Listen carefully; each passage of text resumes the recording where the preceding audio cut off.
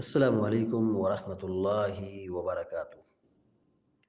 الحمد لله رب العالمين والعاقبة للمتقين، والصلاة والسلام على أشرف الأنبياء والمرسلين نبينا محمد وعلى آله وصحبه أجمعين ومن تبعهم بإحسان إلى يوم الدين، أما بعد. فعن أبي موسى الأشعري رضي الله تعالى عنه قال النبي صلى الله عليه وسلم: إن الأشعريين إذا أرملوا في الغزو أو قل طعام عيالهم بالمدينة جمعوا ما كان عندهم في ثوب واحد ثم اقتسموه بينهم في إناء واحد بالسوية فهم مني وأنا منهم. رواہ البخاری۔ بخاری شریف کی ایک چھوٹی سی حدیث ابھی آپ کے سامنے پڑھی گئی ہے۔ ابو موسیٰ اشعری رضی اللہ تعالیٰ عنہ حدیث کے راوی ہیں، وہ بیان کرتے ہیں کہ اللہ کے نبی صلی اللہ علیہ وسلم نے فرمایا: ان الاشعریین اذا ارملوا فی الغزو او قل طعام عیال بالمدینہ،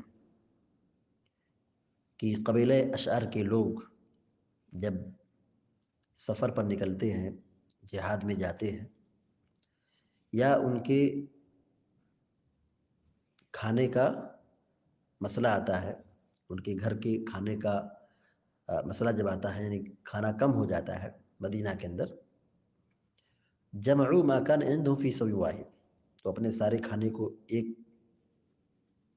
کپڑے میں جمع کرتے ہیں، یعنی سب سے کہتے ہیں کہ اپنا اپنا کھانا لے کر کے آؤ اور اسی کپڑے پر رکھو۔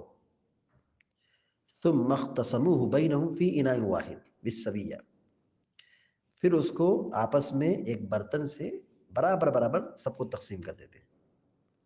آپ صلی اللہ علیہ وسلم کہتے ہیں: فَهُمْ مِنِّي وَأَنَا مِنْهُمْ، یہ لوگ مجھ سے ہیں، یہ سب میرے ہیں اور میں ان میں سے ہوں، یعنی اپنائیت کا اظہار آپ نے کیا ہے، آپ نے ان کی حوصلہ افزائی کی ہے۔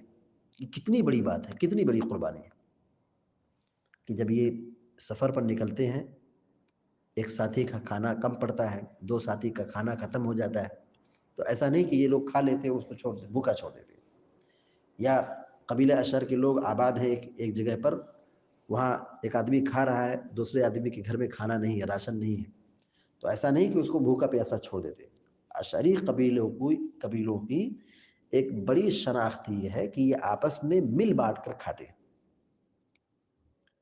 یعنی ایک دوسرے کے لیے اپنائیت، محبت اور ایک دوسرے کا خیال رکھنے کا جذبہ بہت زیادہ پایا جاتا ہے۔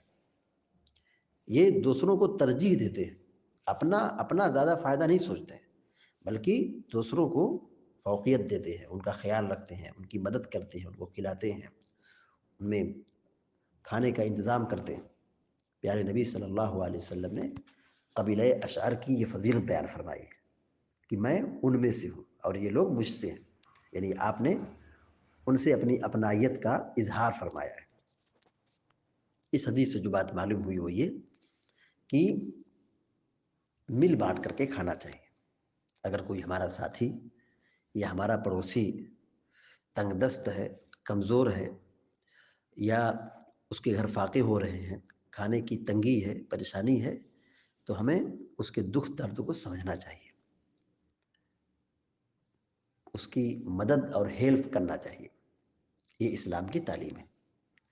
قبیلہ اشعر جو مدینہ میں آباد تھے، یہ صحابی تھے، صحابی رسول ہیں۔